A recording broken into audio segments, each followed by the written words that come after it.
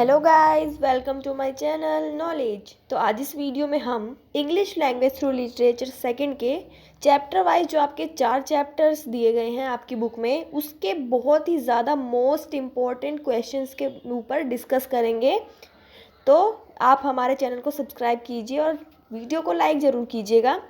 तो चलिए, आपके जैसे कि एग्ज़ाम आने वाले हैं तो उसके लिए आपके लिए ये वीडियो बहुत ही ज़्यादा मोस्ट इम्पॉर्टेंट होगी, यूज़फुल होगी आपके लिए। तो आप इसे अपने दोस्तों के साथ भी शेयर कर सकते हैं और आप अच्छे मार्क्स गेन कर सकते हैं अगर आप इन इम्पॉर्टेंट क्वेश्चंस के ऊपर थोड़ा फोकस करेंगे तो जैसे कि चैप्टर फर्स्ट है आपका, उसका नाम है अंडरस्टैंडिंग लाइफ नैरेटिव्स। तो इसके जो क्वेश्चंस है कुछ वो इसके ऊपर वीडियो मैंने ऑलरेडी बना दी है कि अंडरस्टैंडिंग लाइफ नैरेटिव जो आपका चैप्टर फर्स्ट है English language through literature second का, तो आप उसको फुल एक्सप्लेनेशन के लिए आप वो वीडियो भी देख सकते हैं। तो क्वेश्चन नंबर फर्स्ट है, व्हाट इज़ लाइफ नैरेटिव्स, यानी कि लाइफ नैरेटिव्स क्या है। Life narrative is a general term used to describe the stories people tell about their lives or those of others. It could be in the form of a biography and autography of even a article about a specific event. देखिए, ये जो question है what is life narrative, तो life narrative जो होता है वो क्या होता है। तो इसका आंसर है कि जो लाइफ नैरेटिव होता है वो एक जनरल टर्म होता है किस चीज़ का, अपने जो लाइफ की स्टोरी है उसको डिस्क्राइब करने का, किसी और मतलब किसी और अदर से जो अपनी लाइफ स्टोरी है उसको डिस्क्राइब करने का एक जनरल टर्म है लाइफ नैरेटिव्स। ठीक है, तो ये फर्स्ट क्वेश्चन है, इसे आप समझ गए होंगे। Second question is write a brief account of Sushma's life. तो देखिए, जो सुषमा है इस चैप्टर में इसके बारे में भी आया है। जो सुषमा है इसके बारे में मैं आपको बताती हूँ। ये एक लेडी सी जो कि एक कोठे में काम करती थी जीबी रोड पर। ये एक सेक्स वर्कर थी। ठीक है, Sushma is a sex worker. She lives in Kotha at GB Road. She is middle-aged sex worker. Sushma treat the writer like a friend. ठीक है, तो इस तरीके से आप समझ रहे होंगे। और क्वेश्चन जो थर्ड है वो है mention some distinctive feature of Sufis writing. तो जो सूफीज राइटिंग जो है, जो सूफियों की जो लेखन कला है उसमें आपको डिस्टिंक्टिव फीचर्स बताने हैं। तो इसमें आपको बताना पड़ेगा नैरेटिव स्टाइल क्या था, ये सभी चीज़ें आपको इसमें बताना होगा थर्ड क्वेश्चन में। और जो आपका फोर्थ क्वेश्चन है वो है discuss the article with reference to its title back to where I never belongs. ठीक है, तो ये जो आपको पोएम है आपकी बुक में एज इट इज़ आपको मिल जाएगी। तो इसका जो है ना आपको टाइटल जो है ये एक पोएम का, तो इसका आपको रेफरेंस लिखना है इस क्वेश्चन में। ठीक है, और जो फिफ्थ क्वेश्चन है right A 4 lines about jobs experience in India, यानी कि आपको कुछ लाइंस जो है वो लिखने हैं जॉब एक्सपीरियंस पर। ठीक है, इंडिया में कि जॉब्स एक्सपीरियंस कैसा है उसके बारे में आपको कुछ लाइंस लिखनी है। Sixth question is based of this chapter prepare a character sketch of Steve jobs. तो आपको जो स्टीव जॉब्स का एक हेडिंग मिलेगा आपकी बुक में, उसके ऊपर आपको जो है उसी के ऊपर आपको कैरेक्टर स्केच बनाना है। ठीक है, सेकंड चैप्टर जो है वो है एक्सप्लोरिंग पोइट्री। ठीक है, तो ये आपके लिए इसकी ऊपर भी वीडियो बना दी गई है, अगर आपने नहीं देखा है तो आप देख लीजिएगा। Question number first is how is poetry different from prose. ये बहुत ही ज़्यादा मोस्ट इम्पोर्टेंट क्वेश्चन है। इसके ऊपर अगर क्वेश्चन आता है ना तो आपको बहुत सारा लिखना पड़ेगा। इसके ऊपर मैंने वीडियो में अलग से आपको इन दोनों के बीच में डिफरेंस बताया है और लिखकर भी आपको उसके नोट्स भी टेलीग्राम पर सीधा सीधा मिल जाएंगे। तो आप टेलीग्राम चैनल भी ज्वाइन कर सकते हैं नोट्स के लिए, मैं आपको लिंक डिस्क्रिप्शन बॉक्स में दे दूँगी।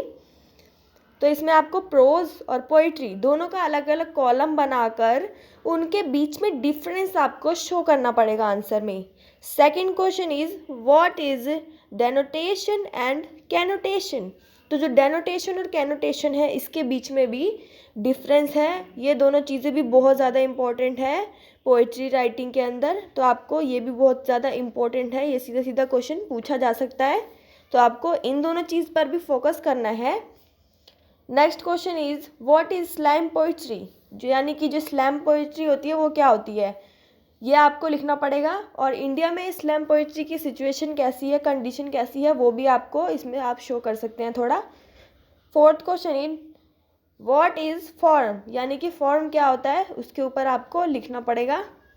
जो आपका चैप्टर थर्ड है वो स्टार्ट होता है, चैप्टर जो थर्ड है वो है एक्सप्लोरिंग ड्रामा, ठीक है। तो इसके ऊपर आपका क्वेश्चन जो फर्स्ट इसमें दिया गया है वो है explain the plot of the play, ठीक है। तो आपको इसका आंसर लिखना पड़ेगा। Second question is how is the new land different from Hatmala, यानी कि जो नया जो जहाँ पर जो गए हैं ये लोग, तो नया जो जगह है वो किस तरीके से हटमाला से अलग है। हटमाला यानी कि जहाँ पर वो लोग पहले रहते थे वो किस तरीके से, जो नई जगह है, नई लैंड है, वो किस तरीके से हटमाला से अलग है, इस क्वेश्चन में आपको यही बताना है। How is the staging of this play different from staging a conventional play, ठीक है। तो आपको कन्वेंशनल जो प्ले है उसमें क्या करना है, डिफरेंस क्रिएट करना है अपने आंसर में, ठीक है। और जो आपका क्वेश्चन फिफ्थ है, why does the old women not understand the word cash, यानी कि वो मतलब कि जो ओल्ड वुमेन है वो क्यों नहीं समझ रही थी वर्ड को, यानी कि कैश जो वर्ड है उसको क्यों नहीं समझ रही थी। तो इस तरीके से आपको इस क्वेश्चन में इसका आंसर लिखना पड़ेगा।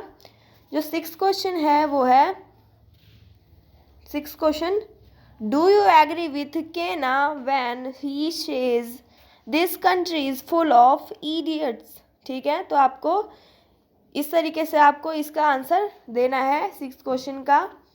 जो सेवन क्वेश्चन है वो है वाई इज़ कैना अनहैप्पी, यानी कि जो कैना थी वो अनहैप्पी क्यों थी, तो आपको इसका आंसर लिखना है। आपका जो एट्थ क्वेश्चन है वो है why all the people were happy on that land, ठीक है। तो यानी कि जो व्यक्ति यानी कि जो लोग होते हैं वो खुश क्यों होते हैं नए लैंड पर, ठीक है, नई जगह पर। तो आपको ये लिखना है। आपका जो यहाँ पे फोर्थ चैप्टर है वो स्टार्ट हो गया है। फोर्थ आपकी जो यूनिट है वो 4 ही है, ठीक है। तो आपका जो चैप्टर 4 है वो है एक्सप्लोरिंग फिक्शन नोवेला, ठीक है। आपको इसका जो है फोर्थ यूनिट, इसके बारे में आप क्वेश्चन, इंपॉर्टेंट क्वेश्चन हम डिस्कस कर लेते हैं। क्वेश्चन आंसर है, पहला क्वेश्चन जो है वो है आपका व्हाट इज़ नोवेला, ठीक है।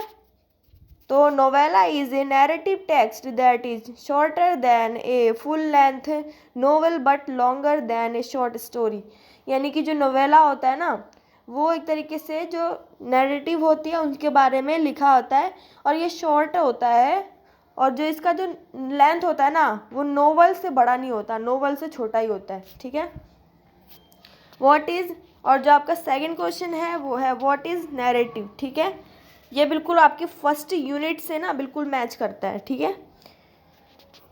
आपका जो फोर्थ यहाँ पे जो आपका ये पॉइंट्स दे रखे हैं, जो चैप्टर फिफ्थ है, चैप्टर फिफ्थ जो है आपका राइटिंग योर ओवन एकेडमिक ऐसे पेपर फॉर द क्लासरूम, यानी कि हम अपने जो हमारा पाठ्यक्रम है उसके अनुसार, अपने एकेडमिक सेशन के अनुसार हमें ऐसे राइटिंग करनी है। तो ये आपका जो यूनिट है इसमें आपको ऐसे राइटिंग सिखाया गया है। इसका फर्स्ट क्वेश्चन है वो है what is the writing process, यानी कि राइटिंग का प्रोसेस क्या होता है वो आपको इसमें पूरा डिफाइन करना होगा।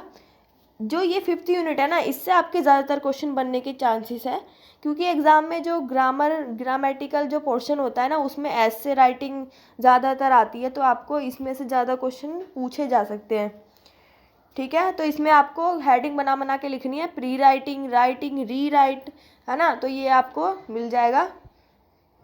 Second question is explain there parts of writing, यानी कि राइटिंग के जो पार्ट्स हैं उनको एक्सप्लेन करना है। तो जैसे कि इंट्रोडक्शन, बॉडी पैराग्राफ, इसमें आपको जो मतलब कि जो राइटिंग के पार्ट्स हैं, यानी कि आप अपना एक आंसर फॉर्मेट कैसे तैयार कर सकते हैं, आप कुछ भी लिखेंगे ना तो आपको इस वाले जो ये फॉर्मेट है इसके अकॉर्डिंग ही आपको अपना पेपर भी लिखना है। तो आपको इस यूनिट के अंदर ऐसे राइटिंग यही सिखाया गया है। उसके अंदर आपको सबसे पहले क्या लिखना है, आपको सबसे पहले इंट्रोडक्शन लिखना है, फिर बॉडी पैराग्राफ यानी कि जो मेन बॉडी होता है ना आपका आंसर का, जो आपको क्वेश्चन में पूछा जाता है उसको आपको पैराग्राफ वाइज लिखना होता है। और थर्ड जो पॉइंट होता है आपके आंसर का, चाहे आप हिंदी में राइटिंग लिखें, कुछ भी हिंदी में लिखें या फिर इंग्लिश में लिखें या फिर हिस्ट्री में लिखें, जो भी आपका थ्योरिकल जो बेस्ड सब्जेक्ट होता है ना उसके अंदर आप ऐसे ही अपना आंसर राइटिंग लिखते हैं। जो थर्ड पॉइंट है उसके अंदर आप द कंक्लूजन यानी कि आपको निष्कर्ष लिखना होता है, यानी कि पूरे आंसर का आपको निचोड़ लिखना होता है कि आपको क्या समझ में आया इस क्वेश्चन से, यानी कि इस आंसर लिखने के बाद आपको कैसा फील हुआ, तो आपको वो पॉइंट कंक्लूजन में लिखना होगा। तो इस तरीके से आपको पार्ट्स ऑफ राइटिंग के अंदर ये तीनों पॉइंट को मेंशन करना है और इनको डिस्क्राइब कर देना है अपने क्वेश्चन आंसर के अंदर, ठीक है। Third question is what is the important of writing a good introduction, ठीक है। तो आपको इसमें राइटिंग की जो इम्पोर्टेंस है, महत्व है जो लेखन का, राइटिंग का, उसको आपको बताना है। Fourth question is why should we summarise and paragraphs, यानी कि हमें क्यों जो है समराइज करना चाहिए, पैराग्राफ को हमें क्यों जो है समराइज करना चाहिए, इसके ऊपर आपको लिखना है। Bag of chips, check it out. This is going to be